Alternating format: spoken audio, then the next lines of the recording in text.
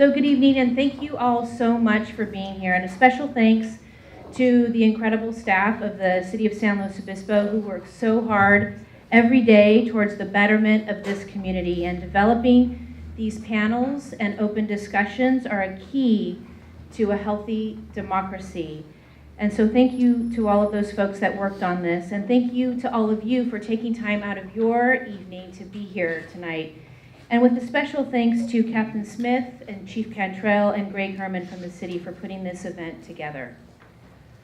You know, this city, like most across the state of California, is home to many unhoused community members. And while they are without housing, they look to this community as their home, similarly as all of us do. And the issue of homelessness matters so much to everyone in this community of San Luis Obispo. This is a complex issue, to be sure. But my hope tonight is that we will start here by remembering that at its core, this issue is a human issue. Each of our unhoused community members started, never forget, started as a child, right? Unaware of what the world might bring them. And I encourage you to look at these people in the eye as you go about your day. There are so many stories in this community of unhoused. Like Kevin, who takes it upon himself to pick up trash in areas where he sleeps. And Jeffrey, who's always full of kindness and encouragement. A smile or a conversation with whomever we meet are at the foundation of building a community that seeks solutions together. What we seek today and every day for San Luis Obispo is to create an environment that allows and supports even the most vulnerable amongst us, and in my opinion, especially the most vulnerable amongst us, to flourish. I think we all can agree that finding a long-term, meaningful solution to homelessness is a challenge, right? And what we often don't have consensus on are what the solutions are, or what they can be, or how to implement them citywide or countywide and statewide. California has seen an alarming spike in the homeless population over the past decade, with a significant increase in the number of unsheltered people in our communities. Cities and counties statewide are responding to this crisis, providing shelter beds, behavioral health services, partnering with nonprofits and faith communities, and working to find creative and innovative ways to guide homeless folks into shelter and care. Homelessness knows no boundaries, really. And recognizing that no single city or county has the resources to solve this problem on its own, right?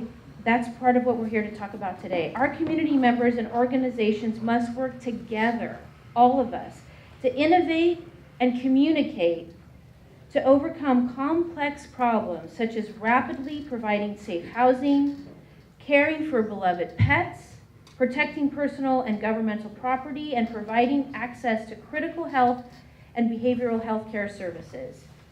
We know that there is not just one path into homelessness, and so similarly, we know that there is also no single path to reducing the number of homeless and unsheltered people in our communities. According to the National Coalition for the Homeless, the leading causes of homelessness include lack of affordable housing, poverty influenced by the lack of employment opportunities and the decline in public assistance, lack of affordable health care, domestic violence, mental illness, and addiction. California is home to 21 of the 30 most expensive rental markets in the nation.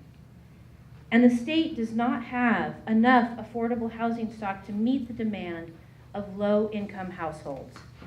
A city like San Luis Obispo is limited by legal pathways and resources for solutions to this problem, while standing alone. But we know that together we can do so much. A comprehensive, meaningful, effective response to homelessness takes all of us. Local governments must learn from each other, stand with each other, and step into areas where support is needed to collaborate and forge partnerships.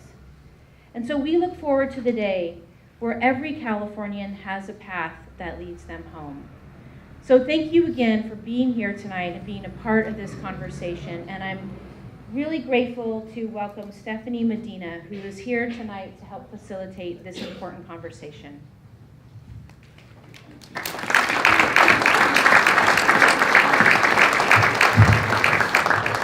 So much, Mayor Harmon, for those comments. That was a fantastic way to start us off. I'm Stephanie Medina, and I will be facilitating for you all tonight so that we can make the most of our time together. Thank you all for making time to be here.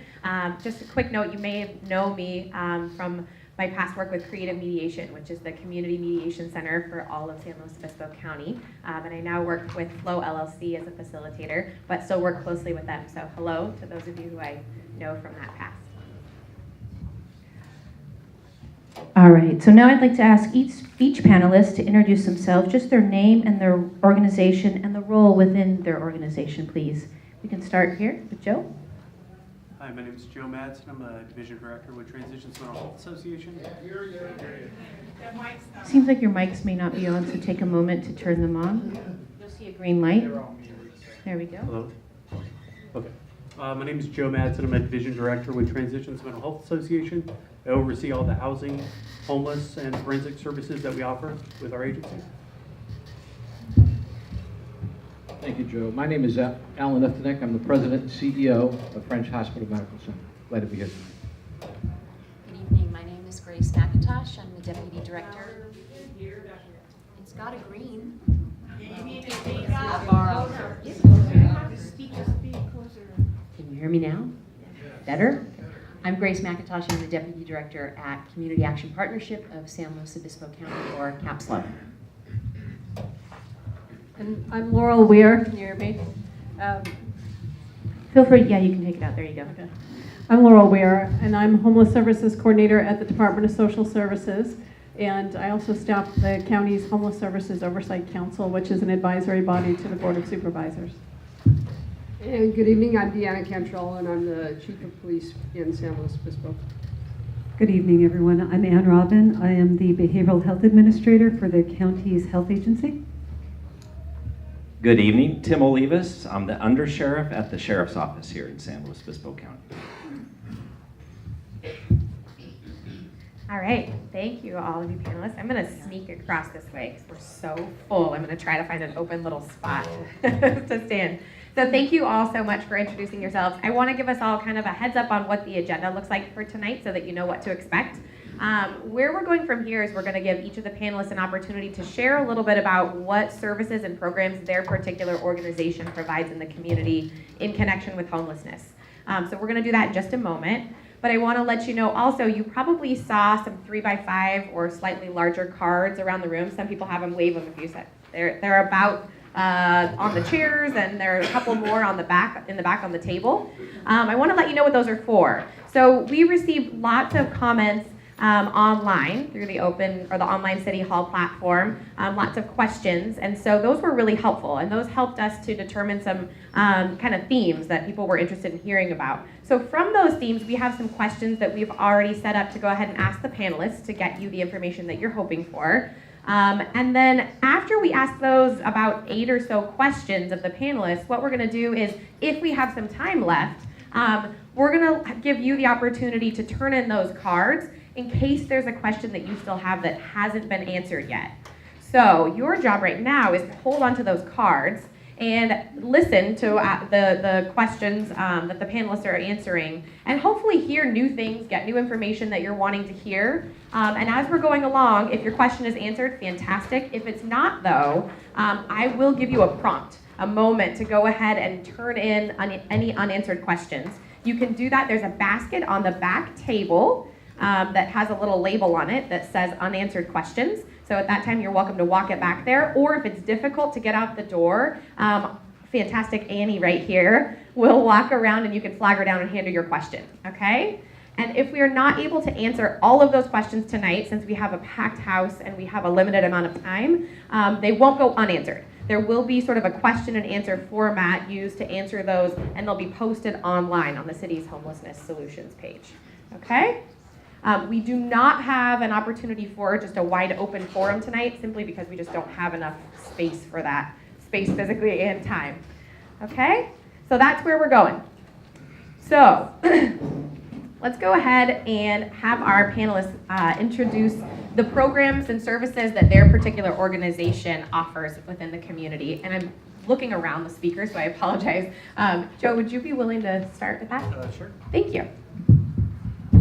So Transitions offers or manages 7 different homeless programs in the community in collaboration with a lot of different county organizations. So I'll try not to miss any pieces of that. I apologize if I do. We partner with the Department of Behavioral Health with the county for our homeless outreach team, which goes into the community and tries to bring clients in for mental health services. And we also have a housing component linked to that. We also have what's called the PATH grant, which does similar situations that when we tried to partner with the EDs, the emergency departments of the hospitals, as well as the psychiatric health facility for discharges, and try to work with people to get them into services after that. Recently, we were awarded a collaboration grant for a contract with the Behavioral Health Department to work on the CAT clinician piece, which is working with the community action team of the San Luis Obispo Police Department to put a clinician on the team to help with mental health interventions early so that we can divert criminalizing homelessness and trying to find solutions early on. So those are the 3 partnerships we have with the Department of Behavioral Health. With the Department of Social Services, we have our 50 Now program, which the County Board of Supervisors just authorized to grow to the 60 Now program. So we're excited about that, which takes the 50 most vulnerable, hopefully 60, most vulnerable people and puts them into housing using a collaboration with the Housing Authority for a Section 8 voucher system to find and keep people in permanent supportive housing with supports.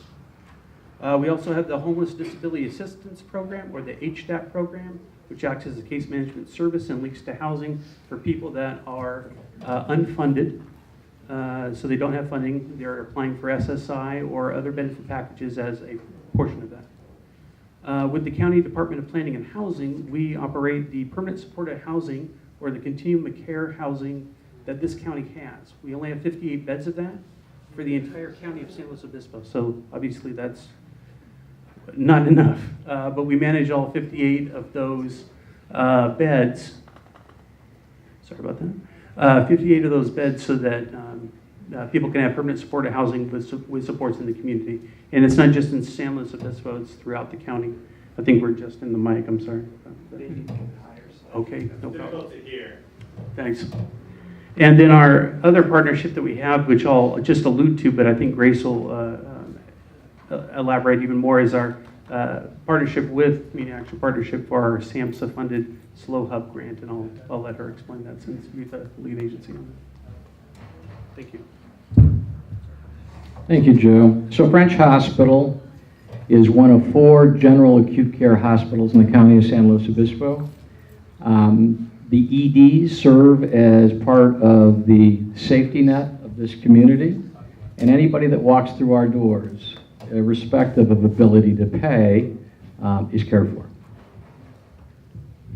I want to just really quickly, I apologize, Grace.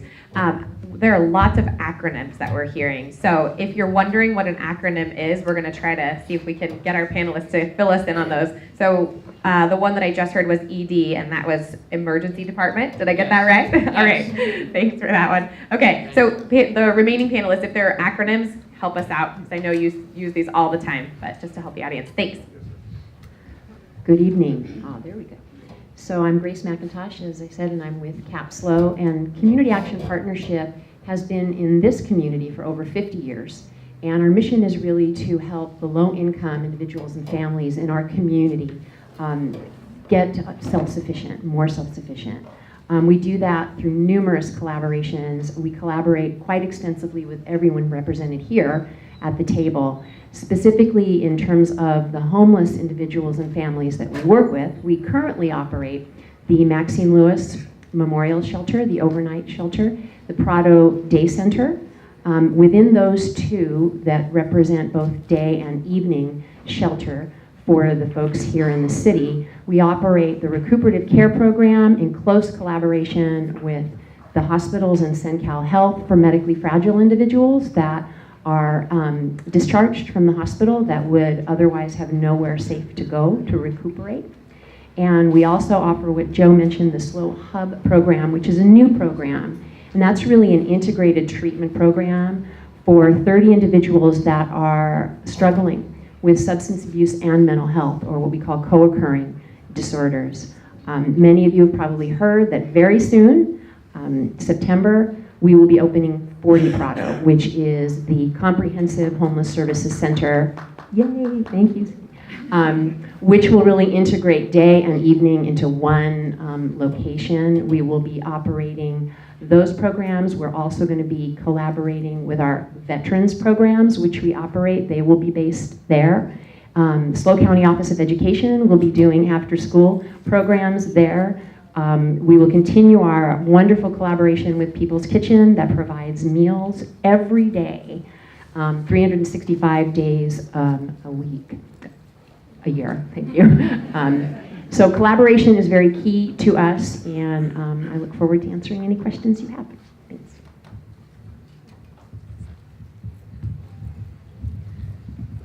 And I work for the Department of Social Services. And the Department of Social Services, in addition to administering federal benefits programs like Medi-Cal and CalFresh benefits, also in the past several years has gotten more involved in homeless assistance programs. In late 2014, we obtained a grant from the state for homeless families who were participating in the CalWorks program.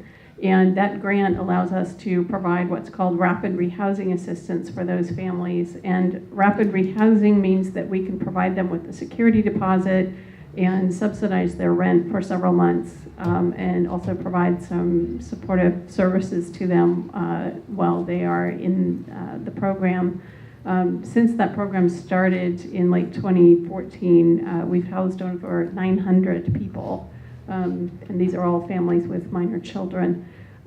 More recently, we were able, last year, we were one of only 4 communities in the state that got a grant to serve homeless families who are involved in the child welfare system.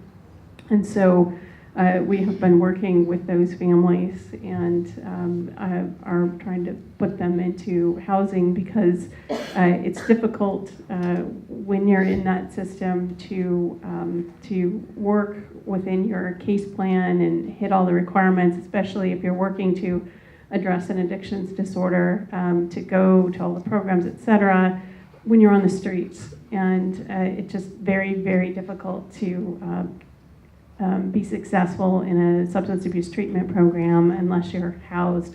So this program is designed to try to see if we can help those parents to succeed so that we can reunite them with their kids. Also, the department more recently, very recently, started another program with help from the state.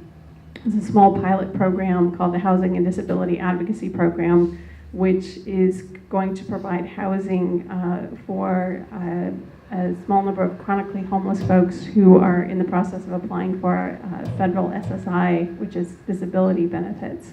And so that, if anybody here has ever gone through that process of applying for SSI or SSDI, it can take up to 2 years to get approved for that, often because the vast majority of people who apply are denied at first. And for homeless people, the approval rate tends to be about 10 to 15% on the first go-around, so it often takes up to 2 years. And without that income, there's no way that they can pay for housing, and they are not able to work, which is why they're seeking the SSI benefits. So this is a pilot program to put them into housing while they're waiting for their SSI benefits to come through.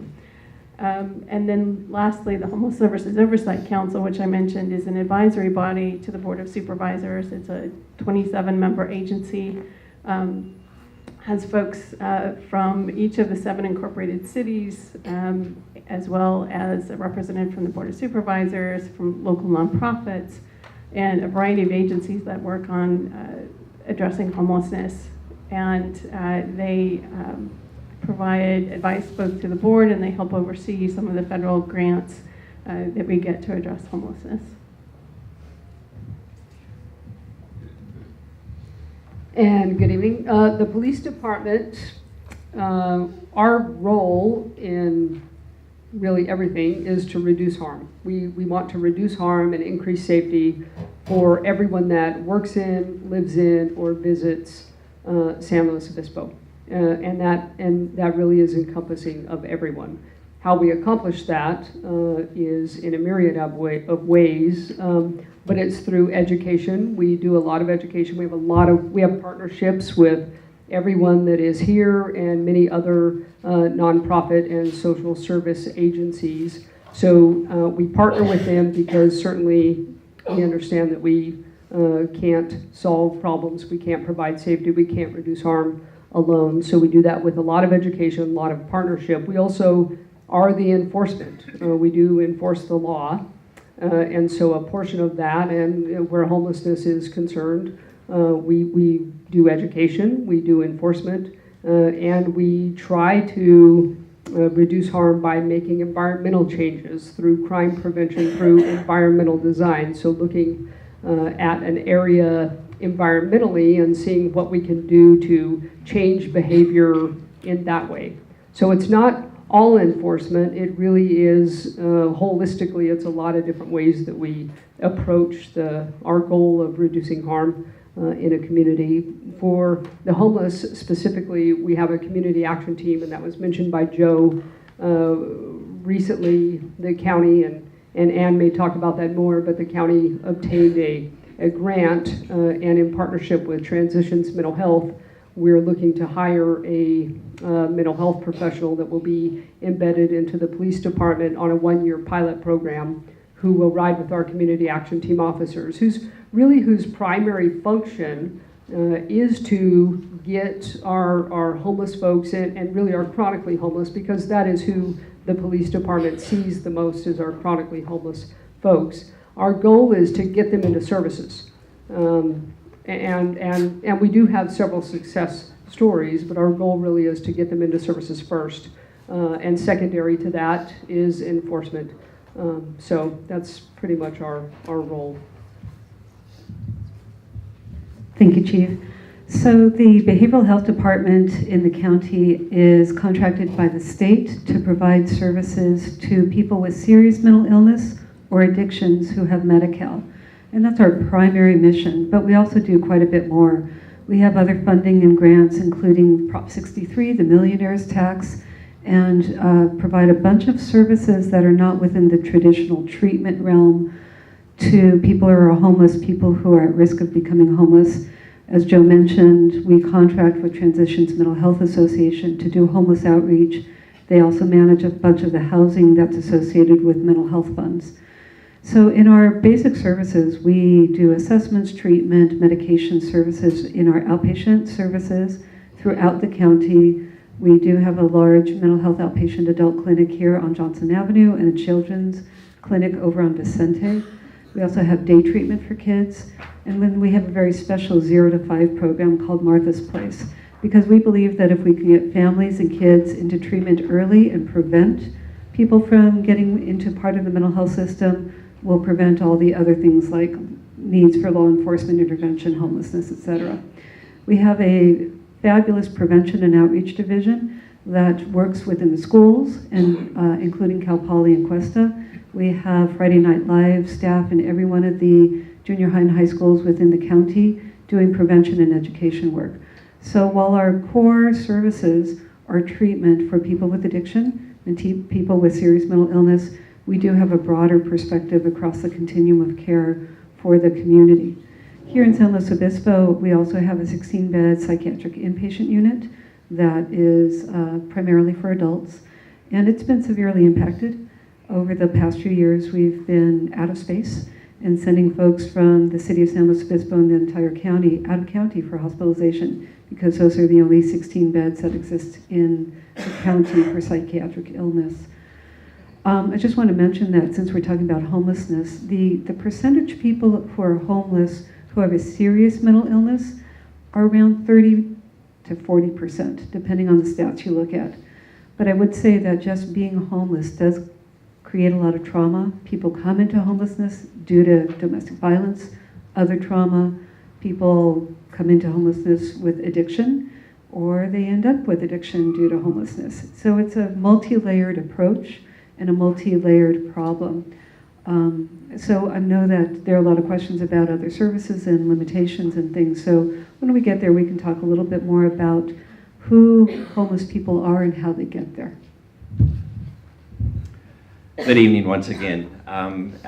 For our role as the Sheriff's Office, as you heard from Chief Cantrell, it's a holistic approach as far as enforcement goes. It's not just enforcement, it's also the aspects of education, prevention, along those lines. But unfortunately, it does come to enforcement at sometimes. And so when the city does do an arrest, that person ends up getting booked into county jail.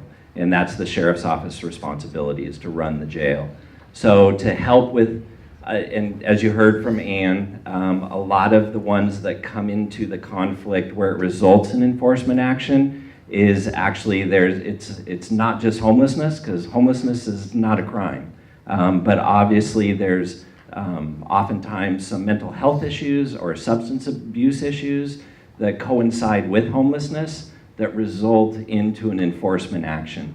So when they come into the jail, for us, it's about improving services and treatment and education in the jail. So hopefully we can reduce that recidivism rate. So we also have a CAT team, as you heard. Our CAT team has a little bit different focus. They also work in conjunction, just like SLO PD, but our CAT team is actually inside the jail.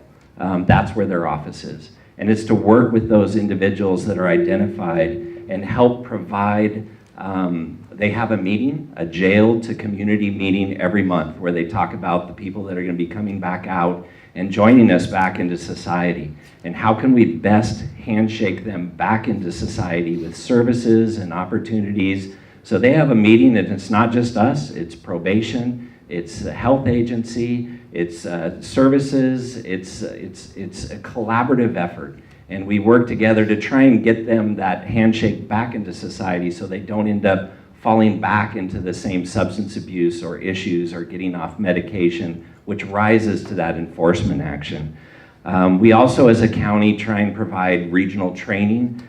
We just started, back in, I'd say, the early 2000s, there was a big push for crisis intervention training. And that was training for law enforcement officers when they make contacts with people in crisis, how better to deal with them and recognize services that are available in our area to maybe redirect them and not get them into the criminal justice system, because that's really our goal for everybody, is to decriminalize those type of aspects that can and get them services so they don't come into the jail environment to start with.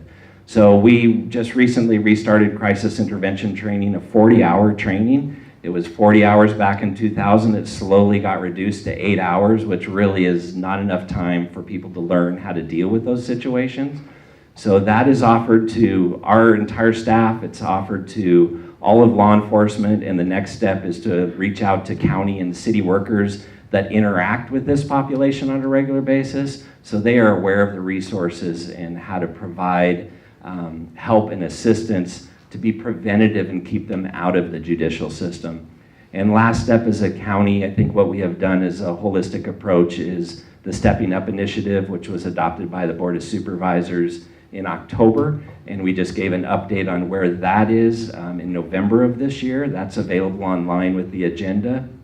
But again, that's focuses more on the mental health aspects, and it's really about, again, decriminalizing mental health. How can we keep people out of the judicial system? And then if they do come in the judicial system, how we could provide better services, training, and treatment for them so they don't come back in again and recidivate. Thank you.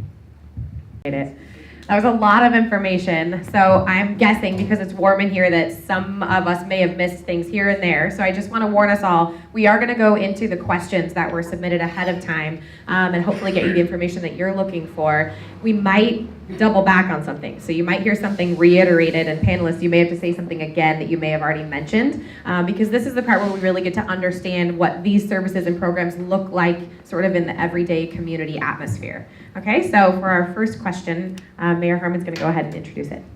All right, so several community members inquired about how the various programs serving the homeless in San Luis Obispo work together to optimally support the individuals and families in our community who are without permanent housing. So can some of you share an example or a story of how this kind of collaboration occurs and how it benefits the unhoused individuals and families?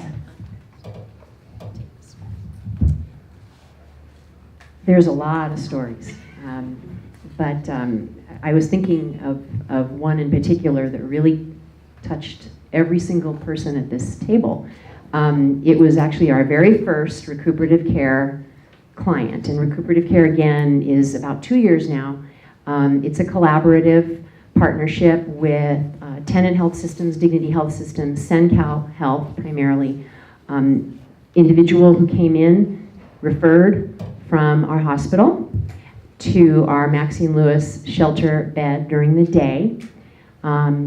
His original issue was he had had a surgery. He was very frail, very weak, chronic alcoholic. He could be found on the steps of Mission Plaza pretty much every day for the past 25 plus years. Everybody here knew him. So he came into services and we started peeling back those onion layers, as we call it, because the initial presenting problem is never the only issue. So in addition to his chronic alcoholism, he had been chronically homeless, of course. He had mental health issues. He'd been in and out of the jail. We didn't have a whole lot of hope for him because he had been down this road for so very, very long. But we kept him, and we kept him, and we kept him, and we kept working with him. He relapsed, he recovered, we kept working with him. He went in the hospital again. He went into our 50 Now program. He went into jail. He went all over, and he made it, finally. And to this day, he is still in 50 Now for the second time, but that's okay. And he's sober, for the most part. But he's working, he's self-sufficient, and he's a contributing member of our society. And it took a while, but nobody at this table gave up. And I think that's the biggest thing, is we didn't give up. We pulled together, we utilized the resources we had. So he had been unhoused for 25, 28 years, and now he's housed, and I think that's a huge success.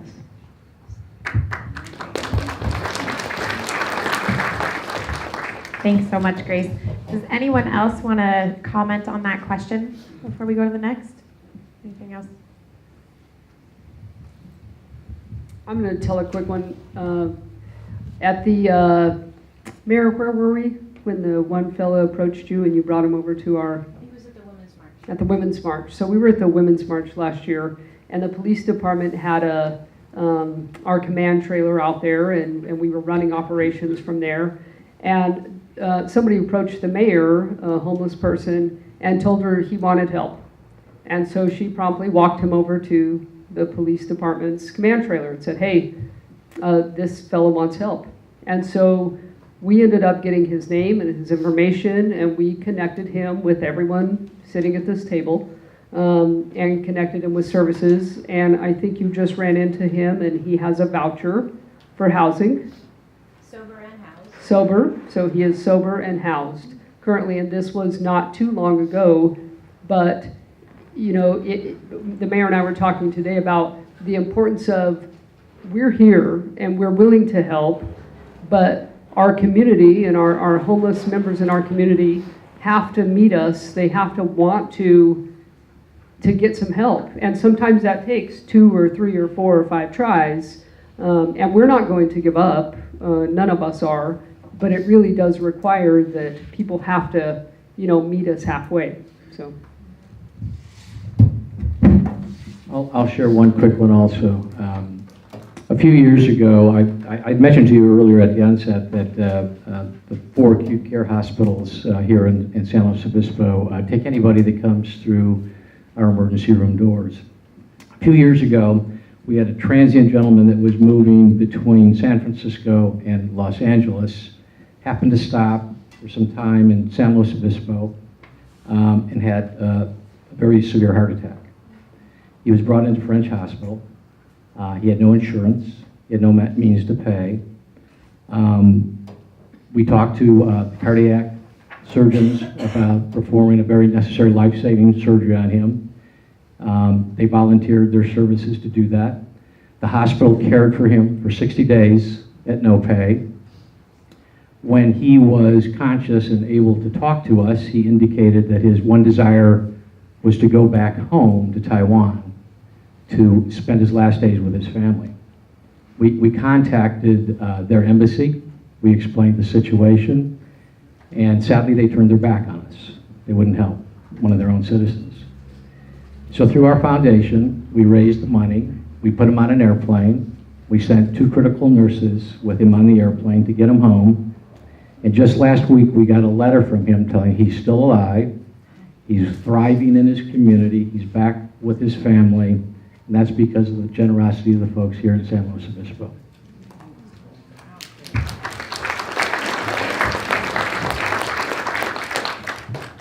Thank you so much for those incredible examples, everyone. I'm going to sneak by one more time. Another I one. think I'll share one that, since I'm sitting between law enforcement, I'll share one that's law enforcement related. So through the Community Corrections Partnership, Proposition 47, Public Safety Realignment, this community has come together with probation and the Sheriff's Office and local PDs to truly partner with folks coming out of jail with serious addiction. And through various county and other finances, we have over 75 what we call sober living environment beds that can be full 365 days a year. So folks who are coming out of jail for certain offenses go through what we call the prom, and our drug and alcohol staff and probation and the Sheriff's Office all meet together and decide what level of care these folks would need. They make a contract, an agreement with the participant, and the individual can go into immediately a sober living bed and live there, and the county through various funds will pay for up to 3 months or a little longer if they need it while they get their feet under them. In the meantime, they're getting intensive drug and alcohol treatment, and we've seen quite a reduction of recidivism for that population in particular. So these are folks who, if it weren't for these beds, would be homeless, would be continuing to break the law, would be untreated for their addictions. So I don't know, Tim, what proportion of folks going into jail are homeless at admission, but we know that a number of these folks would be homeless coming out if they didn't have services. And that, again, it takes all of us working together to provide those services. We have a number of just community members who have homes that get licensed or certified to provide the service. It's not a program, it's a home. And people live there and they get support by coming to treatment, and then they have a safe and sober place to live. Unfortunately, none of them are in San Luis Obispo because it's too expensive. So they're in North County and South County, and people do end up developing community in those areas. So it's, when you're providing programs and housing, cost matters, but we do have over 75 beds for folks who need them immediately upon release from jail. Everybody? Anything else? Awesome. Thank you so much for sharing those examples. I think that's what really helps everyone to kind of understand what these services are looking like in the day-to-day. One second, I'm going to cross the path again. All right, so we have one more question. And this one came out of a theme that came up in the questions submitted online around day spaces. So many community members and business owners submitted questions or comments about how to mitigate the problems that arise in some of the more popular sort of hangout locations where individuals or people without permanent housing right now often are congregating or are sitting and relaxing during the day. So especially the theme was around downtown areas. So I wonder if any of the panelists might be able to comment about or share about your organization's role and the services that you offer in connection with this theme that came up. So I will start that. I think, yeah, thanks. I think first it's important to define what problems are in those popular hangout areas, because problems, what they're not, and what's not illegal is being dirty. It's not illegal to have mental illness. It's not illegal to talk to yourself, to talk to inanimate objects. It's not illegal for groups of homeless people to hang out with each other. And we get calls for all of that. The police department gets called for all of those things. And so it's really important for the community to understand that those things aren't a crime. We can't arrest people for mental illness. We can't take them away to somewhere unless they are a danger to themselves or others. And then we do take them to county behavioral health and sometimes to the hospital. So it's important to note the kind of calls that we get in those spaces. Now, the nuisance related, the things that are crimes and that we do a lot of enforcement on is alcohol related offenses, smoking, panhandling, and that's aggressive panhandling, urinating in public, littering, those types of things. Those are the top offenses, and drug related activity in those open space areas. So I mentioned before that the police department's role is to reduce harm, and sometimes that is enforcement, sometimes it's education and getting people into services, and sometimes it's changing the environment so that people don't want to hang out in those spaces. One of the police department's goals is reducing harm, and that's by reducing the fear of crime. And so sometimes the community has a fear of people that look scary, even though the scary person is not committing a crime, but they're talking to themselves or yelling at something, and that frightens people. And so when a community has a fear of crime, they'll avoid the area. And when you avoid the very area that you want to go occupy, like one of our parks or something, when you stop going there, the very thing that you're not going there for takes over the area. And so it's really a vicious cycle when we have a fear of crime, even when there's no actual crime that maybe is occurring. So it's important for us to keep a gauge on that kind of thing. As far as those areas go and what we do, I brought this for you. This is something that the police department put together, and it's called Respect SLO, Be Informed. And this was a way for us, we gave this to the Downtown Association, to the Chamber, to downtown businesses to post in their businesses, so people understood what was a crime and what is not a crime, so that when you do call the police department and we drive away and you think, oh my gosh, you've done nothing, you just left that person there. There's that little thing called the Constitution. And so we really like to obey it. And so, we can't just haul people away for nothing. And so many times, all of those violations that I mentioned, alcohol-related, urinating in public, all of those are municipal code violations. And so if they're committed in our presence, which they have to be committed in our presence for us to give them a citation, we give a citation for that. The citation, I gotta be honest, probably doesn't carry a lot of weight. Our top offender, I can tell you our top 10 offenders over the last year have been charged 470 times, 10 people. Each? No, total. Okay. But 10 people in a year have been charged with crimes 470 times. And so the problem is, it's not a big stick, it's like maybe a toothpick or something, the crime itself, until we have several that we cite. The number one guy was cited 45 times for alcohol violations, and 45 times in a year. And so we're doing it. We're doing the enforcement, know that we are. And we're also trying education and getting them in services where we can. But if there's resistance to that, we can't force people into services. So the 45 violations, there's many of them that don't appear. They don't go to court. They just ignore the ticket. Until they've ignored it, 8 or 10 times, then our city attorney will take those 8 municipal code violations, go to the court, and turn it into a misdemeanor, so that we can get a warrant issued for their arrest, and then we arrest them on the warrant and the failure to appears, and maybe we get 30 days in jail. And the 30 days in jail is helpful because it's 30 days of being sober and clean. And while they're in jail, we try to connect them to services. When they're clean, we get them on medication. We try to connect them to family. We do all of those things in that 30 days or however many days we can get to just try to get them hooked back into services. And it works occasionally. It really does work sometimes. Jail works sometimes. I know you might disagree, but it really does. There's a purpose for it. And so there's a bunch of different ways that we're trying to deal with those issues, but it is not illegal to sleep on the lawn at City Hall unless you sleep overnight. Then it becomes overnight camping, and that becomes a different issue. So it would be helpful if you have questions about those kind of issues about what is and is not. When does panhandling become a crime?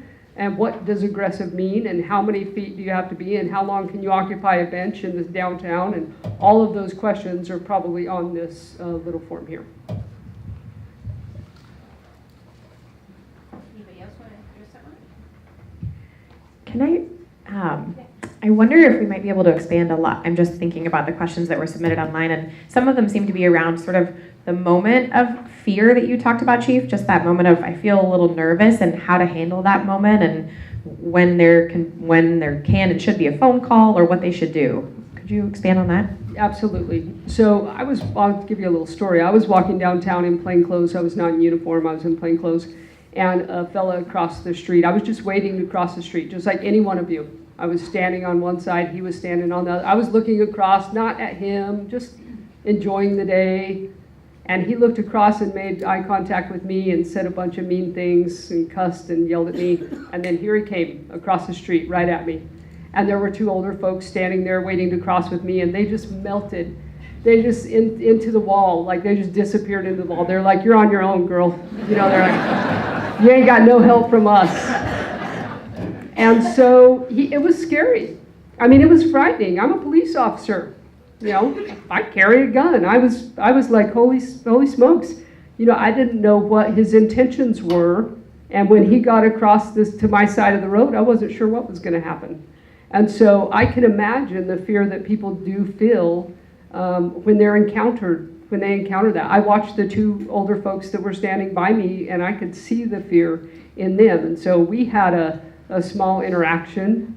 And then he kept walking. And so I called dispatch, the non-emergency number, and I said, "Hey, can you send me a couple officers?" 2 of my bike officers were there right away, and we stopped him, and he got a ticket for jaywalking. Because that's all there really was. But it was super intimidating. But that intimidation, as scary as it was, did not reach the level of a crime. So I'll tell you that when someone is scary, and you feel frightened, you don't know when that person is going to turn and become violent. And so it is scary. So if you feel afraid, call us. Your best option is to call us, let us come, let us evaluate for you, because that's what we're here for. Thanks so much, Chief. Anybody else want to comment after that? Okay, Mayor Harmon. Thank you. You need me in the center of the speakers? No, you don't? Okay. All right, stand right here. Hopefully that works. Thank you for that. I'm not talking to you, speakers. I'm talking to you, Chief. I have a question from the community, but before I get to that, I just wanted to take a moment and just acknowledge that there are as many different types of people that are housed. There are as many different types of people that are unhoused. And so what we end up talking about a lot in a conversation like this are a lot of the folks that we see sometimes in the downtown and the ones that have sometimes a major impact on all these organizations. But there's of course so many people that are living without housing. Just by way of example, I had the honor of spending the night in the overflow shelter, and that was, I think, almost exclusively or primarily moms who were there with their small children. And so just want to bring them into the conversation, even if they may not be the main focus of tonight's conversation, and they're not the focus of a lot of the concern and conversation that I personally receive from community members. Just want to remember that this is a very big and complex group that incorporates a lot of different so-called types, if you will, of community members. And so while we engage if we're in the downtown or in this community with sometimes scary and we talk about mental health issues and addictions challenges and all of that, there's a lot of other types of people, just like there's a lot of different types of people in this room here tonight. So just want to invite them, at least in spirit, into this conversation and make sure that we recognize that this is a very complex issue that incorporates a lot of different people with a lot of different challenges. It was brought up briefly in the introduction, but people, primarily women, again, that are really trying to make a new life after domestic violence, for example, are a huge part of this conversation. So just want to make sure that we're recognizing all of that. All right, so how do we glean best practices from programs in other areas, right? We don't need to necessarily reinvent the wheel. So some community members have asked about the possibility of implementing successful programs as modeled in other counties and states, especially connected to mental health support or other wraparound services such as whole person care pilot programs. And so can you speak to what additional programs, funds, and or services are being considered as future options here in San Luis Obispo, as well as what unique circumstances exist here in SLO that have to be considered when adopting and adapting programs from other counties or states? So I think that's me. Let me speak to whole person care in particular because that was a specific question. That's a program that is a governmental program that unfortunately San Luis Obispo didn't have the financing in order to apply for it. However, there are new iterations of it coming out that we hope that in the future we may be eligible to apply for that. We have a model similar to it through a SAMHSA grant. SAMHSA is the Substance Abuse Mental Health Services Agency. It's a federal agency that has a lot of grants for different programs. And as a matter of fact, the Behavioral Health Department has a number of SAMHSA grants. One of them, though, is called the SLO HIP, the SLO Healthy, no, I forget which one, I'm looking at Joel. We have a lot of SLO somethings. So we do have a health integration project with our community health centers by which we are integrating care for physical health care and mental health care by having a practitioner come from the community health centers clinic to our San Luis Obispo psychiatric site or mental health site to provide primary care. So that's an example of a beginning program that's similar to whole person care. Whole person care also has some other things that can be included, such as supportive housing. One of the things that all of the service providers here on the table know is that housing is not necessarily successful without support. And one of the best practices that we all know about, and one of the reasons 50 now 60 now works so well, it was modeled on other housing plus support programs.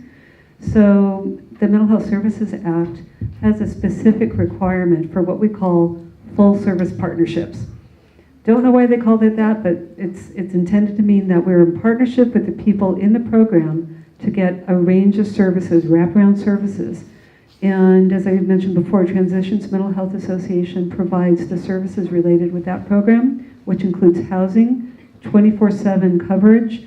It includes now medication services and therapy and co-occurring treatment. So that's one of the best practices that exists in California that we have here in San Luis Obispo. There are other housing models, housing with support models, that if we had housing, we could implement. So it frequently comes back to having a place for somebody to live. There are a number of other programs that we work with hospitals in other counties, and I've worked in several different counties. I'm old, I've been doing this a long time, where if you have the place to divert people to, you can be very successful in supporting people in changing their life, getting back into the community as a contributing member of society. But you have to have the place to divert people to. So as we talk about the solutions towards homelessness, we really need to talk about where. And the services will be provided with the community support and all the cities and county getting together to provide the support for folks to be successful living inside again. Because that's a step, and it takes a while. So I think we do have some best practices here, and we constantly look for grants. Frank Warren's standing over by the wall. He's our grant master, and we've just applied for a whole slew of new grants. But it takes money to pay staff and to pay for housing. So if any of you know of other opportunities, we really need the housing, and then we'll come alongside with the supports. And that's really the message I think that is most important here in the city, is that without the housing, people are going to remain unhoused. And as much as we're looking forward to 40 Prado opening and having shelter, that's a step in the way. And people won't live at the shelter the rest of their lives. That's a very exciting way to get services, but we then need the next steps. So I don't know, Grace, if you wanted to carry on from there. 40 Prado is really one of a kind. It's going to have right there in one facility medical exam rooms staffed by CHC. So our folks won't have to navigate the system, get an appointment, get to Casa Street. It'll be there. We have the recuperative care program, the only one in the city of San Luis that will house these vulnerable, medically fragile people that oftentimes have actually lived quite horrific existences on the street, trying to manage multiple medications, some that need to be refrigerated. How are you going to do that when you're homeless? We have the integrated treatment program, which is providing services for those folks who are struggling with substance abuse and mental health. The first program really of its kind. We were so fortunate. They only funded, what, 25 in the entire country? And we were one of them. And I believe that we got that grant because of the location, the co-located services. At the beginning of the year, partnering with the city, thank you, and the county, we will start the process to have the county's only medical model medication-assisted withdrawal treatment, or detox. The only one between Santa Cruz, Fresno, and LA. That's amazing. That's going to be on the site of 40 Prado. Veteran services. Oh, Biz, what am I forgetting? Really, we're the only... The Head Start program. You know, we are going to have services in this location that aren't found certainly in the state. And I don't even know about the western part of the country. So best practices, recuperative care, Boston Healthcare for the Homeless, SLO Hub, you know, again, integrated treatment best practices. So no, I don't want folks to be there, but as was very aptly said, housing. I'm all for housing first, but first you have to have housing. And so we're seeing more and more of our folks, an unprecedented number of single parent families for 6 children that will be in our new family wing in the new center. They're staying longer because there's nowhere to go. They have vouchers, they have nowhere to go. So I'd love to say we're going to work ourselves out of business, but unfortunately I see the opposite. Until we get a handle on housing, affordable housing in this community, I'm going to have more and more people hitting my doors. Just real quick, so I just want to address really something that's probably critically important, is that the chronically homeless, which is who you see on a day-to-day basis, taking, you know, at the open spaces, in the parks, you know, at the mission, those are our chronically homeless individuals. And those are not necessarily the folks that are going to be at 40 Prado. And so it's important to note that 40 Prado isn't the panacea. It's not gonna, you know, all of our homeless folks aren't gonna disappear into 40 Prado and then eventually get housing vouchers and so on and so forth.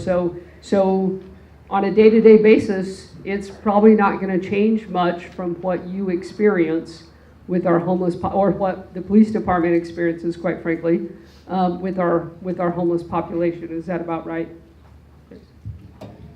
The only other thing I was going to add was to Ann's statement about the homeless full-service partnership that we have. The other piece with the gleaning the best practices piece is we have integrated nursing care on both that team and our 50 Now team, as well as people that have recovered from homelessness, formerly homeless people as employees, as technical advisors really and consultants on our teams. So those are two pieces that I wanted to point out.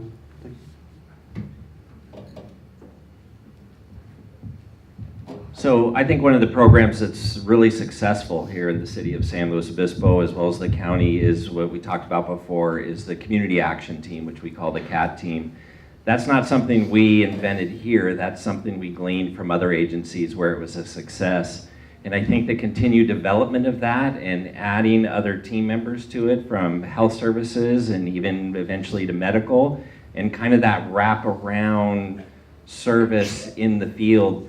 I could tell you their CAT team and our CAT team could sit up here, and if you want to hear success stories, they could tell them all day about people they have helped. They go up and pick up prescription medications and deliver them to people.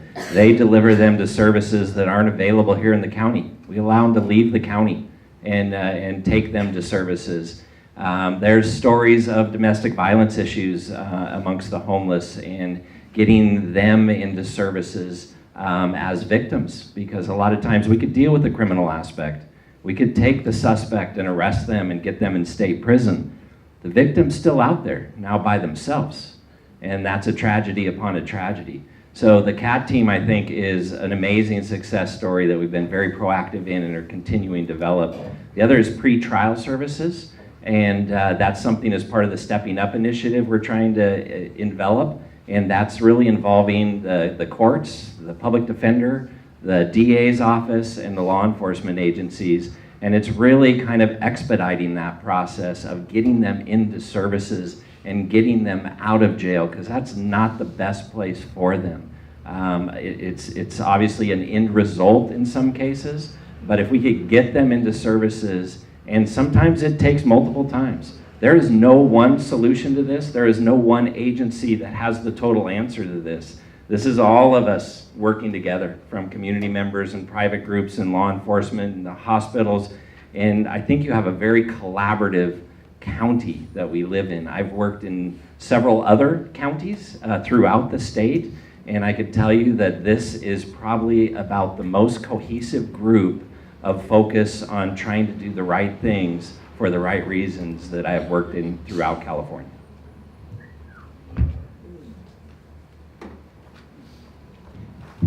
All right, thank you for that. Alan, I was actually curious if you would be comfortable, because it seems like before we go on to the next question that certainly your hospital isn't unique in having to address this issue. I'm guessing that this is a consistent concern for hospitals across the state and probably across the country. What are other hospitals doing to address this, and have you I'm sure you've looked at that, and what are you thinking here for the future of San Luis Obispo? Well, yeah, that's a great question, Mayor. It's not a problem unique to our county. It's not unique to our state. It's a national crisis that we're dealing with. We too look across the spectrum of options to try to determine, what are the very best ones that we can adapt and bring. We don't have the solutions either. These are general acute care hospitals. Our job is to take care of medical issues. We are not psychiatric hospitals. Our job is to make sure that we clear folks that are brought in and take care of them medically. We take that responsibility very, very seriously. But we also want to collaborate. As was indicated, our job is to put our best thinking, our best resources, whether that's providing grants to some of our other partners, or providing social workers or other expertise to look at, identify, and try to figure out what the problem is. But we're equally concerned. This is something that gets to the heart of what our mission is and what our values are about. And that's why we're at the table today. All right, well, thank you so much for that. So Some community members also really inquired about what can be done to address the presence of trash, household items in public outdoor spaces, damages, or theft of property, etc. throughout the city. And so we're wondering if some of you can speak to how these types of concerns can be most effectively addressed when they arise. And I think as an aspect of that, and Chief, you'd probably be the right person, who does someone contact in that time? Certainly 911 may not be the right thing to call when there's garbage, although as a Virgo, I would really appreciate that personally. But so if you can speak to that, that would be helpful. You laugh, but that is not untrue. The police department does tend to get called for anything that people don't know who else to call, including trash. And we are one of many city partners that deal with that issue. There are large encampments, so it depends on where it is. Union Pacific owns the railroad and a certain area adjacent to the railroad, and that is their property. It's just like county property, city property, Union Pacific Railroad property. And so we have encampments, so we have some right now that are on Union Pacific Railroad property. And so, you know, there's a question as to who cleans that up. Well, Union Pacific Railroad doesn't, but we do partner with them, and we have a memorandum of understanding to where, at least for the bike trails, is my understanding, and Christine, you might clarify for me if I get this wrong, but my understanding is that the memorandum that we have with Union Pacific covers the bike trails, and that we can go onto their property, that they allow us to go onto, that's super kind of them, to go onto their property and clean up these encampments twice a year. And they reimburse us for those costs. They don't reimburse us. Shame on them. Shameful. Ridiculous. Okay. So. It's our payment for the privilege of having them run through the city. Thank you. So that's one area. And so, you know, so the city picks that up. You pick it up. You pay for it, really. The city picks it up physically. You pick it up monetarily, really. And then you have open space. So all of our open space areas, including creeks, and there's lots of regulations that involve stormwater or water, and I don't know all of that. But our Parks and Rec, yes, Parks and Recs does open space. So anything open space, Parks and Rec is responsible for. Parks like Mitchell Park or something like that, Public Works is responsible for. And it's a debate on who's responsible. I'm going to argue that the police department is not. But everything else that's not those three areas, county's responsible for county. Caltrans, so we have some camps and large amounts of debris and trash that is left on Caltrans property, and the city has picked that up as well. And so, you know, there's a lot of agencies that end up being involved in this, and we actually just started a task force group that's talking about homelessness, and it involves all of the different departments within the city so that we can discuss, one, who's responsible, and come up with a better system of how we get that collected. Because I can tell you, last year, I think we had 200, right around 200, 220 camps that were posted, and we picked up, I believe, 20 to 25 tons of trash. Now, also it's important to note that we have to tag those. So we go out first to an encampment, and we look and we decide based on our current policies, based on those and case law, we decide what looks like personal property and what looks like trash. Now, what is one man's personal property, and right? So trying to decide that is tricky. But we tag property. We tag it as keep and don't keep, throw away. And so we tag it. We put a label that says you have 72 hours to take care of all of this, or to move it, or to get rid of it, or whatever you're going to do, but it can't stay here. And then 72 hours later, sometimes longer, if it's a very, very large camp, we have given people 2 to 3 weeks to get it cleaned up. But lawfully, we have to give them 72 hours, and then we come back. We throw away what is marked as throw away, and we collect what is tagged as keeping, and we keep it and we store it in storage containers for 90 days. And over those 90 days, people have an opportunity to be able to come out and collect their property from us that we've kept for safekeeping for them. And after those 90 days, we can get rid of that property. So that's kind of the process. Super complex. You wouldn't believe how complex it actually is, but it really is complex and costly. Chief, can I ask a quick follow-up question before we move on? So your average sort of community member, if they come upon a situation like that, would you advise them to take it upon themselves to clean it up? Or would it be better, it sounds like as you're saying, it's a very complex, we want to be mindful of property rights and things like that. Is it better often or always for them to call you? Not you personally, but the department? Yeah, let's clarify. You know, and I didn't mention private property. If it is a private property, if you have property or an encampment ends up on your private property, you are responsible for having that cleaned up, not the city. And so we do have encampments that end up on when people have large amounts of property, or maybe their property goes down near a creek, but they own the property. It isn't the city's property. And so sometimes we have to have that discussion with private property owners about their responsibility. In large part, I would say, don't clean it up. There's lots of human waste and needles, hypodermic needles. There's lots of things that you don't want to get stuck with or don't want to get on you in these, and we don't. You know, so I would definitely recommend, if it's not on your private property, just you can call. Probably Melissa will figure out who needs to do it. Yeah, you can call the city and even the non-emergency number, and we'll figure out who needs to take care of it. Chief, that's excellent advice. Do not pick up. Get the pros in to do it for you. Don't pick it up.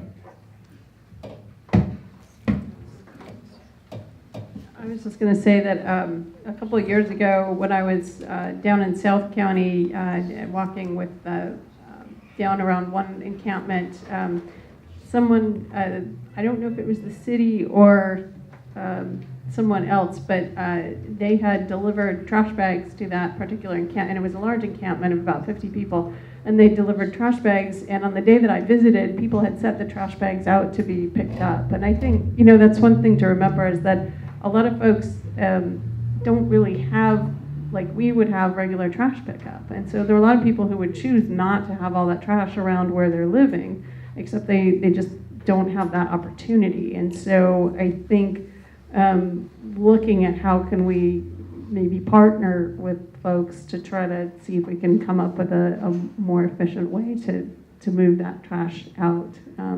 But I think maybe we might be able to do it in partnership in some cases with that. And we do. We do actually drop off bags once we post, and we really hope that they will bag up their own trash so that then we know what is trash and what needs to be kept.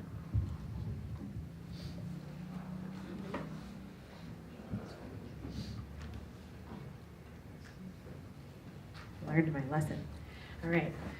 So thank you so much for all of this information. We're going to shift gears just a tiny bit. Another question that came up many times online was around curiosity and wondering, do we anticipate seeing any sort of change in services needed in connection with cannabis dispensaries opening in the future here within the city and the county? So I don't know who wants to start on that one, but I'll toss it out there.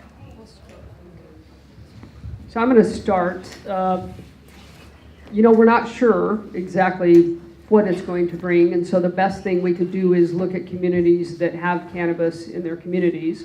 So we did look at, the police department looked at Boulder and Pueblo as two cities because they are similar to us. They're both larger than we are, but they do have universities in their cities, and their median age is similar to ours, and so we thought they were probably closest, you know, to what we might expect. And so between those two cities, they saw an increase of 100 to 150% in homelessness. And 30%, the homeless services and nonprofits reported that about 30% of their increase said that their number one reason for coming to the area was for cannabis. And the second reason, the number two reason was to find a job in the cannabis industry. And then that didn't really work out because their criminal background or criminal history did not afford them an opportunity to have a job in the cannabis industry, so they stayed and just became homeless. And so we are concerned about the increase in homelessness. Not sure exactly what that's going to look like at this point, but we're trying to prepare for that now with the increases in some staffing and programs. And there was about a 51% increase in hospitalizations that were reported due to cannabis, and so there will be an increase to fire department related calls for service, because fire will typically get called to those first, and then they'll end up at the hospital most likely. And then mental health related crises that went to crisis stabilization units had a 40% increase. So we do anticipate increases. I think all of us probably do to some degree, but that's about, and then of course for the police department, there's increases in crime and other things, but as related to homelessness, that's about what there is. From the treatment side, prevention and treatment side, pot is already among us. Decriminalizing it may make it more available and will make people who aren't currently comfortable using it because it's illegal go use it. Like people who are over 21 go and get wine and other things. There are some specific problems with cannabis that are not well studied, well known. We know that the impact of cannabis on the developing brain can be permanent and damaging. So our goal to really from our end is to educate parents, teachers, young folks about the permanent damage to the developing brain about cannabis. From the treatment side, we were starting to look at it and how many people do we already treat whose primary drug of choice is cannabis, and it's about 20% come into drug and alcohol treatment services with the primary of cannabis. For youth, it's somewhat higher, but in our adult services, really, cannabis is not the only drug. They're coming in with alcohol. Alcohol has always been the primary drug of choice among the young. Cannabis is starting to replace it. So we're seeing that shift over. I'm not sure really how much the access legally is going to change it for us other than what Chief Cantrell was talking about, the incident of DUIs, the incidents of people overdosing by eating the edibles and not realizing how strong it is. I think the emergency department were related to overdoses based on not knowing how strong 5 gummy bears are versus how people used to just take a puff or two. So the problem with the cannabis industry many times is just how potent the drug is now compared to back in the day when some of you in the audience may have just, smoked a doobie or two. It's very different now, and people are really having serious health impacts from the concentrations and from the mixing of cannabis with other drugs. So I think that's the danger that we see, and we're putting together with the health agency both a public health response, education programs, and we're trying to, through our various programs, try to really reach out to the schools and the families about what the impacts, especially on youth, are.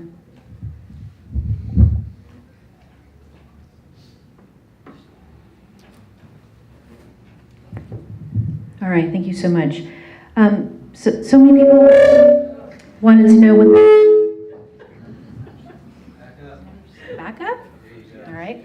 What the legal definition is of a doobie? All right, just curious. I think it's really important to clarify terms so we're all on the same page. But we can put that on our website. We'll put that on our website. Okay.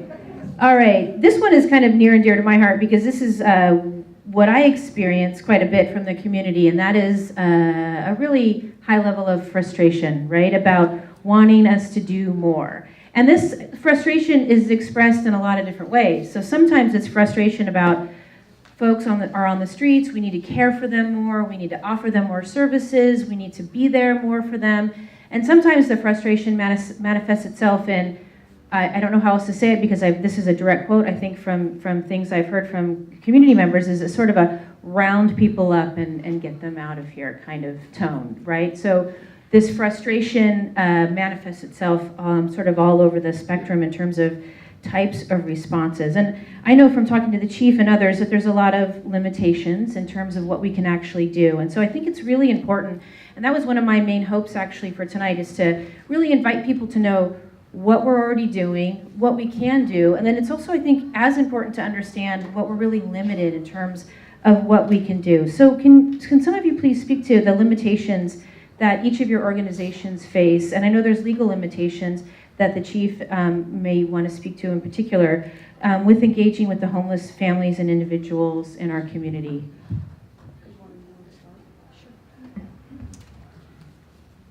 So I think the chief talked about 40 Prado is not going to be the end-all, be-all, and yet I think a lot of people in the community may think that it is. Yes, we'll have 100 beds. That's a small increase because people, I think, don't see the connection between our overnight shelter, Maxine Lewis, and our overflow, as I think the mayor mentioned. So we work with the local churches and the synagogue, but those families start at the shelter or at Prado Day Center.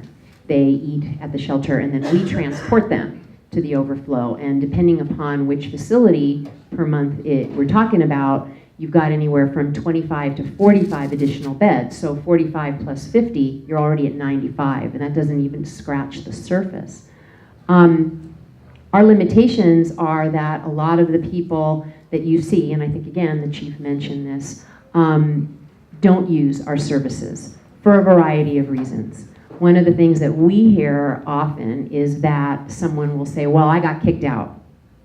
And I want to shed some light on that comment. Anyone other than someone who has committed a violent act or threatened the life of one of our participants or our staff has the opportunity to come back, to panel back. There's a discussion to talk with that individual about what he or she wants to do to change their life, to turn it around. In our SLO Hub program, if someone's struggling with drugs or alcohol and mental health and is demonstrating a willingness, a real desire to turn that around, they're going to come in. But if someone's not, my primary goal is the safety of my participants, my families. I've got newborns there. And so if you're not willing to address your stuff, and you may need some help in doing that, relapse is a part of recovery. I believe me, I get that. But I've got to really be concerned about the safety of those families, of the children, of all my participants. So I really want to dispel when somebody says, well, I got kicked out, I can't go back. You can, unless you've hurt somebody or threatened to hurt somebody. We want to reach those people that are in the community. We're working closely now with SLO PD to identify people that we can begin to reach out to in the downtown area, begin to bring them in to services. And if that means meeting them where they're at in the creek, at a coffee shop, anywhere, that's where we're going to start. And then when they're ready, if they're ready, they might not be ready for a long, long time. We're going to work with them where they're at. But there is a certain level of responsibility at some point that we want to encourage these folks to begin to take. 40 Prado is not the answer. Behavioral health is not the answer. SLO PD, the jail, TEMA is not the answer. So we have to work together to provide the answer. But so the biggest issue for me is let's try to work together to get those people, but we're not the answer for everyone. No one program is. Correct. Mayor asked me to talk. You're right. No one program is, and not one time is. Right. So as Grace and Chief and others have said, sometimes people need multiple attempts to get their lives back in order. They're not ready to accept it. Exactly. You're wasting your effort. Exactly. So one of the elements that we do, and Joe mentioned before that he manages the homeless outreach team. Similar to the community action team with the sheriff and the police department, the homeless outreach team will go out into the community and talk to folks who seem to be struggling, who are homeless, who may need just that consistent engagement to develop some trust, because it doesn't happen in just one visit. It doesn't happen in one treatment session. We have a number of people who are homeless who may come in for treatment and then decide, no, we're not ready, or something happens and they don't return. The point is we're still there, and we will still be there to help folks. A lot of people ask about, well, and forgive me for the term, people are acting crazy, why can't you put them in the hospital? It's not illegal to act differently than others. You can't hospitalize somebody for talking to themselves. You can't hospitalize somebody for laying in the park and being dirty. You can only put an involuntary hospitalization for somebody when they are a danger to somebody else, a danger to themselves, or unable to provide for food, shelter, and clothing due to their mental illness. And a lot of the homeless folks know how to get shelter, know how to get food, and they're not walking around naked. So again, they may have a mental illness, but they're not meeting the specific criteria for an involuntary hospitalization. And I know that's really frustrating, very, very frustrating, but that's the law, and folks with mental illness have the same civil rights as you and I, and deserve to be treated respectfully. So our goal always is to interact with somebody from a point of respect, recognize that they're a person that probably is coming from a lot of trauma, a lot of damage in their life, and the reactions, the behavior that they're exhibiting have to do not with the fact that they're a bad person, but they're struggling with an illness, and they're struggling with a lack of resources, and they're struggling with things that are possibly beyond their control. So when our homeless outreach team engages with folks, when the clinician on the community action teams engages with folks, it's really with the goal of recognizing them as a person who needs something that we haven't yet figured out how to give them. And I think that's the goal of all of us working together. It's not just Florida Prado, it's not the PUF, it's not jail. But each of us have a piece that we can contribute towards helping one person get relieved from homelessness and become a member of the community again. So let me tell you a couple of things that surprised me. Is that one, that the psychiatric health facility is only 16 beds. And there's a reason for that, and I think it'd be important maybe if Ann explains lawfully, legally, the reasons that it's only 16 beds, and that those 16 beds provide services to people on Medi-Cal. So if you have private insurance and you're having a mental health crisis, there's nowhere in this county for you to go. Like, people don't realize that. I was shocked to learn that. The last time I was on a panel with all of these folks, I learned a tremendous amount about this issue. And so important to know that it's very limited. It's 16 beds for the entire county, and that it is for only Medi-Cal folks. And then I think everything else has kind of already been addressed from a law enforcement perspective about how difficult it is for us, that we have people. I get emails constantly from both sides of this argument that being homeless isn't criminal and you guys are just terrible and you're making everything a crime. And then I get it from the other side. It's like, why aren't you doing something? Get these people off the lawn. Somebody defecated in front of the mission yesterday, and where were you? And so there's only so much that we can do. There's only so many things that are a crime, and we do enforce those, but the way that they're enforced is not probably the most effective way, but it is the way. It is the legal way that things, the way that the system works. The only other limitation that I could add to that would be, we've talked a lot about our housing programs. We have several of them. All those beds together add up to 223 beds of housing for the entire county, not just in San Luis Obispo City, but throughout the county. We have an occupancy rate of about 98%, so we don't turn over that many beds during the years. And the other piece is that all of those come with case management services. So for a countywide need of 1,200 beds, it is a part of the solution, but it is not the solution. So I just wanted to emphasize there is a context to some of the housing opportunities that we do have with transitions.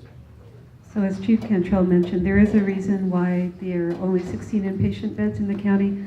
There is a federal rule called the Institute for Mental Disorder, horrible term, exclusion, and we are actively working with Congress through our lobbyists, et cetera, to try to change it.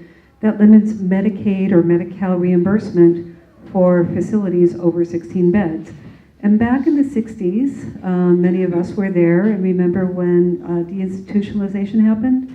And here in California, Governor Reagan promised that by closing state hospitals, there would be services available in the community. And y'all know what happened. That didn't. So here we are, 50 years later, still with an unfunded promise for community services on every street corner. And we have some antiquated laws like this IMD exclusion that was an attempt to prevent people from being institutionalized for long term, but now it's flipped to the other end where there aren't sufficient services. The Hospital Association estimates, and other national organizations estimates, that you should have 50 inpatient psychiatric beds per 100,000. California, we have about 14 per 100,000. And y'all can do the math. We've got 16 here in SLO and what, a population of 270,000. So it's a problem. Not all, and I'm just going to say it again and again and again, sorry. Not all of the people who come to us for treatment are homeless. It's a percentage of homeless folks who need inpatient treatment. And really the number of people who are homeless, who need inpatient psychiatric care, who are not either indigent or Medi-Cal are very few. So the folks who get stuck in the hospitals are usually people with Medicare or private insurance waiting for transport out of county to another hospital. But we've all been impacted.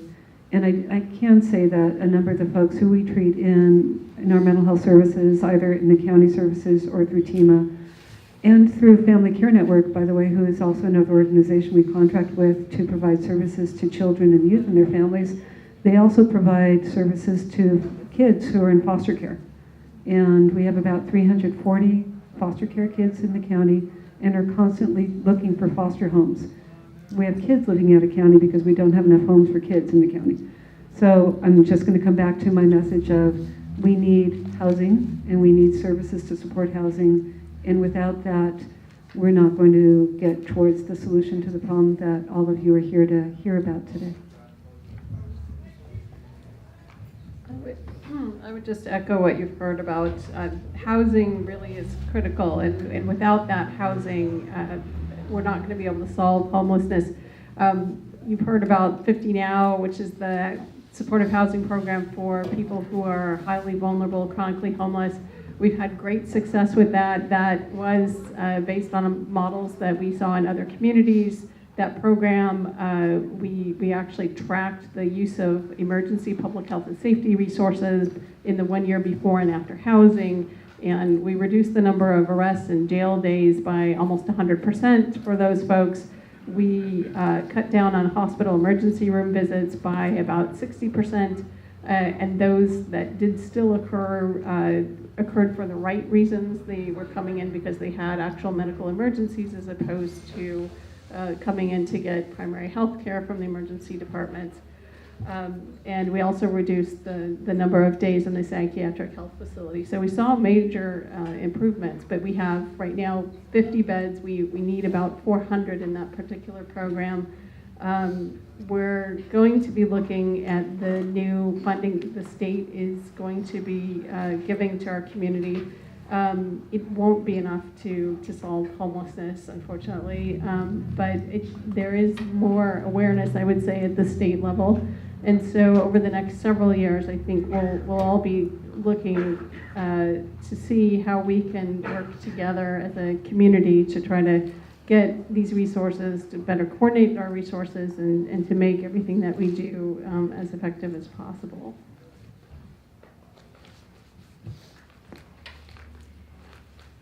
Thank you all for those responses. Anything else before I can't quite see from over there, so stop me.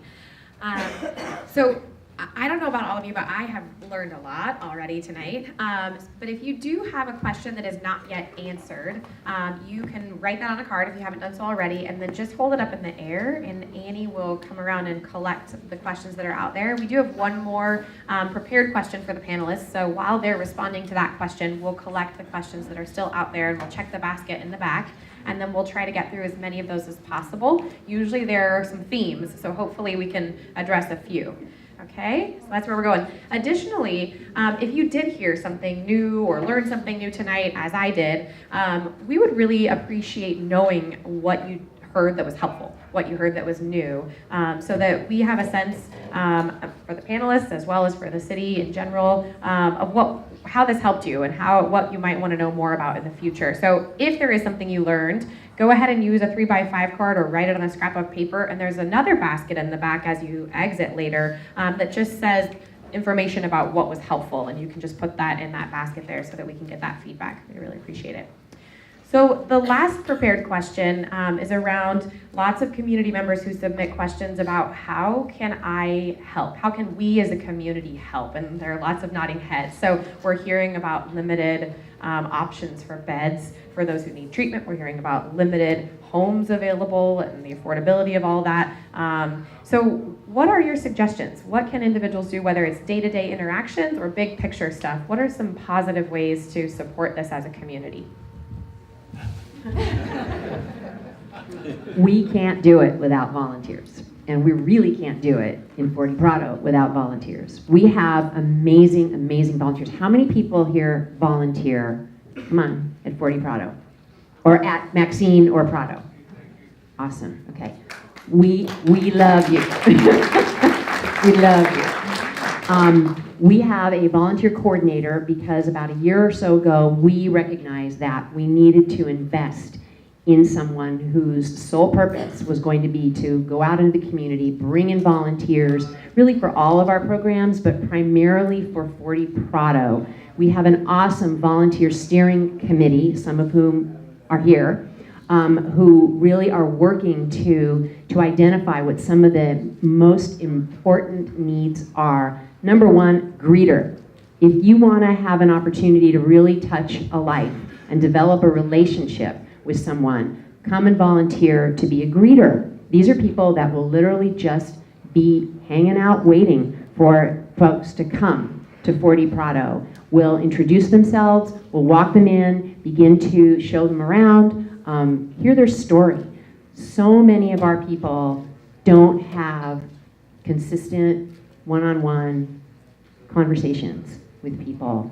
They are tragically missing human interaction, human contact that is positive, that is warm, that is welcoming. Our volunteer steering committee, our volunteers are amazing, amazing people. We will put you to work, but you'll love it, I promise. We need volunteers. Advice from a hospital administrator. We are in the middle of a behavioral health crisis. It's impacting every one of our hospitals every day. The problem is getting bigger and worse, not better.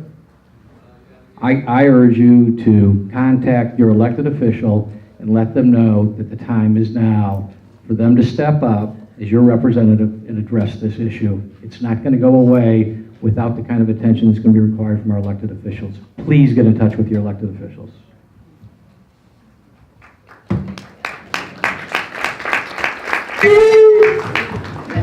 Yeah, but I'm really bad at it. Can I just... All right. I'm glad you brought that up, and I know you had something else to say too, because I think this is a really important piece that you're talking about. We have all these specific groups handling pieces of this, but this is a huge systemic issue that really won't change without major, major policy change. And I feel like it's really essential to just be grounded in a lot of things when we talk about this issue and others. To remember that the federal government's budget, which budgets are an expression of values, over 60% of the federal budget is going to the military. And so just so we have context for where we're valuing, where we're putting our, the people's money, and that, it impacts the options that we have here at the city and at the county and the state level. So yes, call my office for sure, and call the county supervisors and the governor, but also ultimately too, we need to address this at the huge sort of national level, that this is also really, these decisions are really being made there as well. I was going to give a really practical kind of advice too. If any of you are landowners, apartment building owners, and are willing to take a chance, we need people who will take vouchers, who will work with our service organizations. I know Grace and the Hadvash people, others have spent a lot of time, Joe, looking for landlords willing to rent apartments. There's money out there to pay for the apartments. There's money out there to pay for the damages. We need people willing to do that. And as community members, really, that's an important, very practical thing that we could all use. From the police department, I would say snap a picture of this, put it on your social media, your Facebook, share the information. The more people that are educated, about what is a crime, what's not a crime, when you do feel scared to go ahead and call law enforcement. We are happy to come and figure that out and see, if the person is a danger to themselves, if they are a danger to you or others, if they can't care for themselves, and we'll take care of that for you. But please share that information. And on a side note, do the 9 p.m. routine, which is go get all your stuff out of your car and take it in your house and lock your car. I'm just going off on a little side note. Since I have a captivated audience, I'm just going to take advantage and tell you the whole lock it or lose it, like lock your stuff up, lock your house, that kind of thing. Thanks.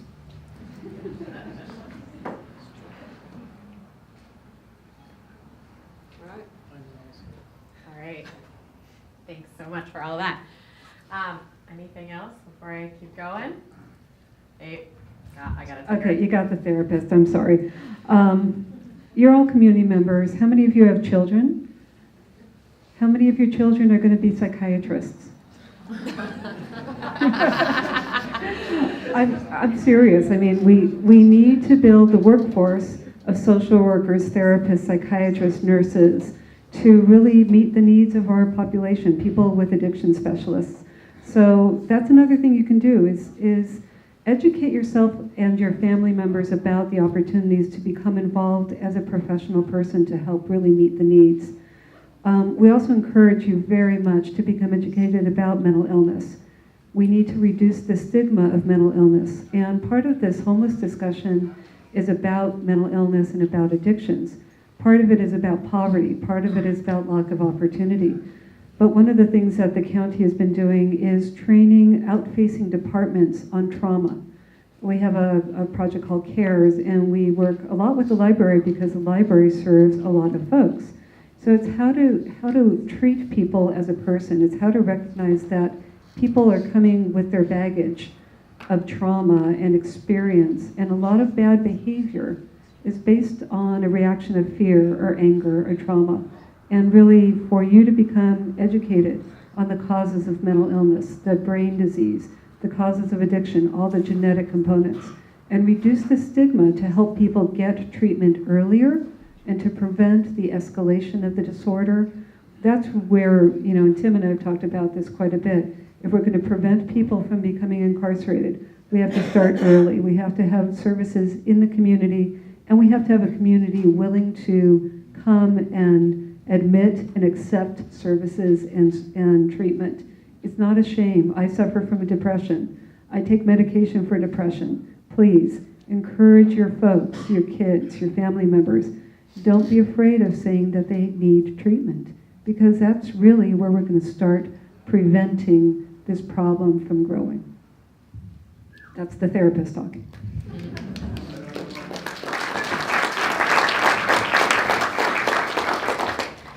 Fantastic. So already in some of the questions that are coming in, there are quite a few that are around numbers. I mean, you've shared a lot of numbers and statistics tonight, but particularly there have been a few questions that have come in about when we look at the housing deficit, affordable housing deficit, what are those numbers really looking like? And maybe reiterate some of those, because I think some of them have been mentioned, but just really give us a clear picture of what that gap looks like. And then there are also questions around how many folks need services that are not getting services. And I know that's a hard number to pin down, but if you have a ballpark, it sounds like folks are interested in that. All right, I'll take a stab at those. In terms of housing, one of the best resources, if you're interested in this, is the National Low-Income Housing Coalition publishes a report annually called Out of Reach.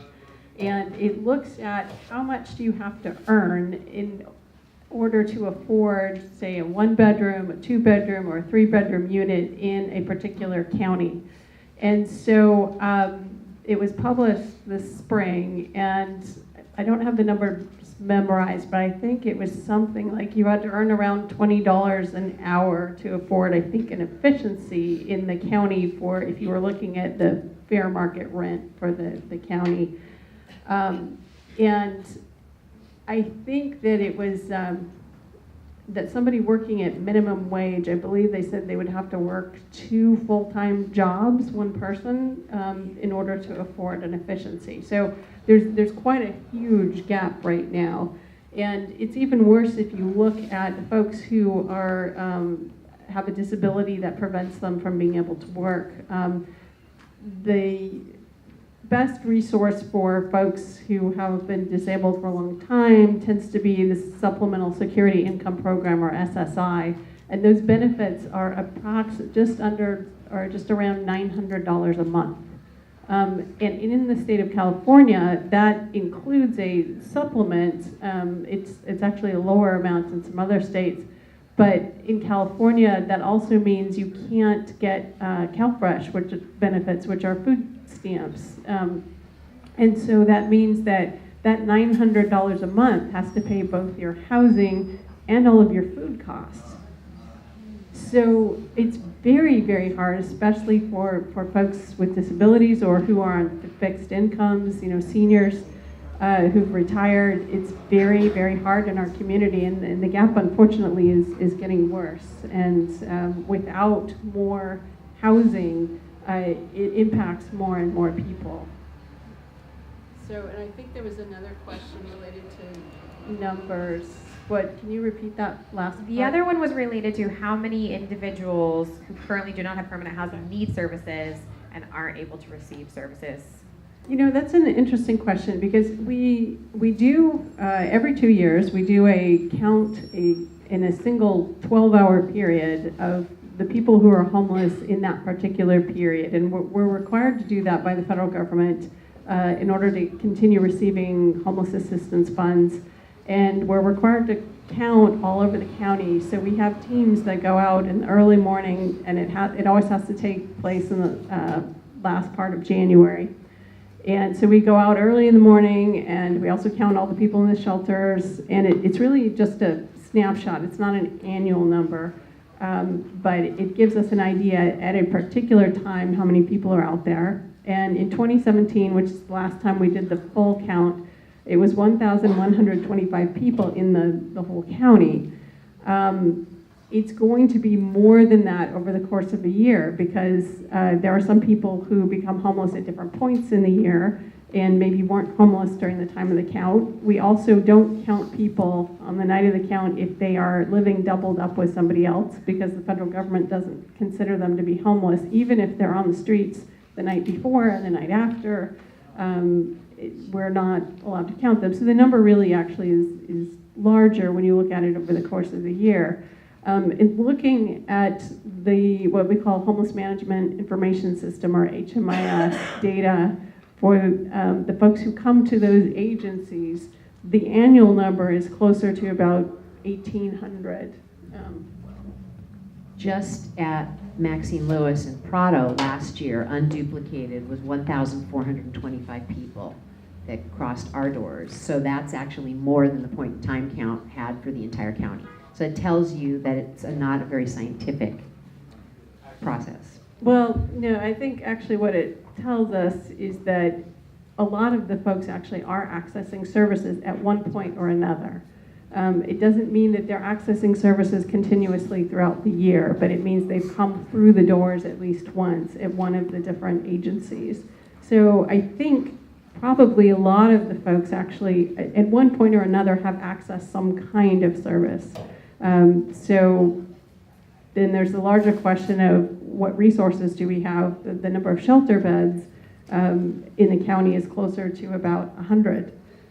So at any given night, there aren't that many people, and that doesn't include the domestic violence shelter beds, but we're limited on any given night. So I think overall, we don't yet have enough resources for everybody out there, and just about any resource that you could look at, there is greater demand than we're able to meet right now.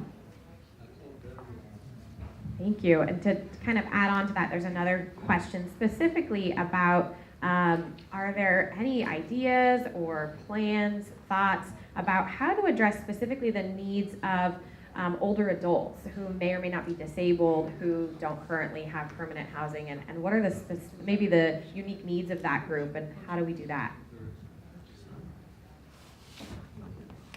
Seniors are our largest growing number. We have individuals as old as 92 accessing our shelter. Alongside of their increasing age, we have individuals who are exhibiting dementia, early stage Alzheimer's, middle stage Alzheimer's.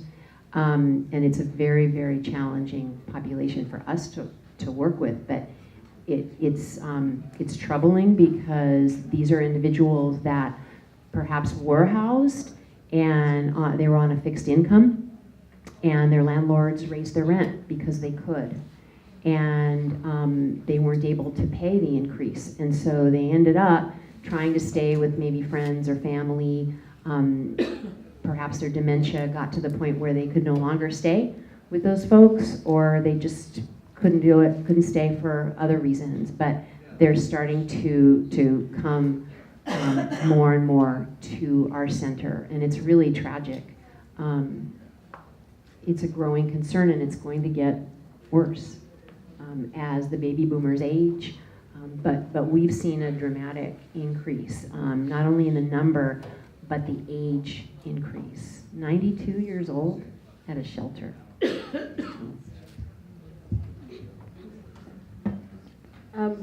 One program that's out there, and it's not necessarily for the definitely not for the population that Grace just mentioned of the folks experiencing dementia, but for some of the other seniors who can still live independently, there's a newer program called SLO, which seeks to match folks who have a room that they're willing to rent out to somebody who is looking for a room. And so it's often seniors who have a room, an extra room in their house.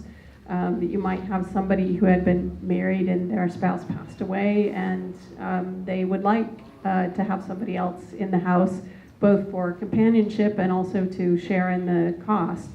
And so this program will it has monthly coffee gatherings where people have introductions, and the program doesn't match people per se, but rather gives them a chance to meet the home sharers with the home seekers, so that they can find people that they may be compatible with, and then they'll do background checks on those folks, and they provide some assistance when the folks are talking about, here's some questions that you can ask to help see if you might be compatible. And then after the folks move in, then they provide some support to help kind of figure out how you negotiate the roommate agreements and make the situation work. So that is a good program, and if you have space in your house, that is a program that you might want to consider. It provides a source of income and possibly meeting a new friend. We've had some great success partnering with the Wilshire Community Partners with their full-service partnership, their older adult full-service partnership. They're not here today, but they've been fantastic partners with our clients that are older, that have aged into different levels of care needs. That's fantastic to know that there are other services that we may not have been aware of that are supporting that population to some extent. So we're getting close to our wrap-up time, and I'm so encouraged, as I always am, every time I'm at some sort of public forum in San Luis Obispo County, because this is such an incredible place with so many caring individuals. And one of the things that struck me tonight is that it's fantastic to see individuals who are seeing things change in their community, and they're wanting to come together and look at that issue together and try to do what they can. I think a lot of times when we see change, we get defensive, and so we start to kind of turn that change into a conflict where we're upset with someone else for allowing that change or for not directing that change the way we want it to go. But what I've heard tonight from all of you and from the panelists is just a desire to really work together to try to do what we can with the unfortunate aspects of this change. So thank you so much for all contributing questions and for listening so thoughtfully. The questions that we have remaining will be posted online with answers. And just in looking through them, many of them were sort of suggestions or ideas, and so those will be routed to the appropriate people. So thank you for sharing those thoughts and ideas too. And so with that, I just want to kind of wrap things up and hand it over to the mayor. And if you have anything else about how those questions will be answered, feel free to chime in if I didn't get it all. No, that sounds perfect. Thank you, Stephanie, for being here tonight and being such an amazing facilitator. And thank you so much to all the panelists for not only being here tonight, but being there every day and on many nights doing the really hard and challenging and hopefully rewarding work that you're doing. And thank you especially to the community for coming out tonight. And hopefully, for those of you that are new to this topic, you learned a lot. For those of you, I can see a lot of people in the room that have been engaged with this community and this work for a long, long time. Hopefully you feel like your voice and your concerns and ideas are being represented. This is an ongoing conversation, so in no way is this intended to be, thank you, good night, we solved homelessness, thank you for being part of it. You know, goodbye and good luck, obviously, right? This is a very complex issue, and we still have a lot of work to do, and we heard a lot about some of the challenges and some of the potential solutions here tonight. So we encourage you to be part of an ongoing conversation, solution-oriented, realistic solution-oriented conversation too.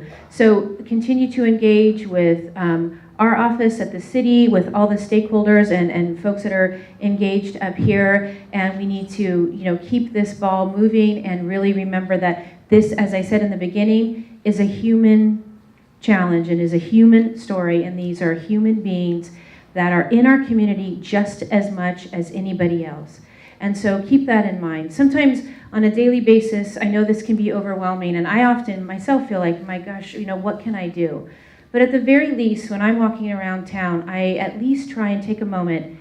And if I can't give people anything else, I attempt at least to try and give people dignity. By looking people in the face and saying hello, sometimes hearing their stories, and engaging in a human experience.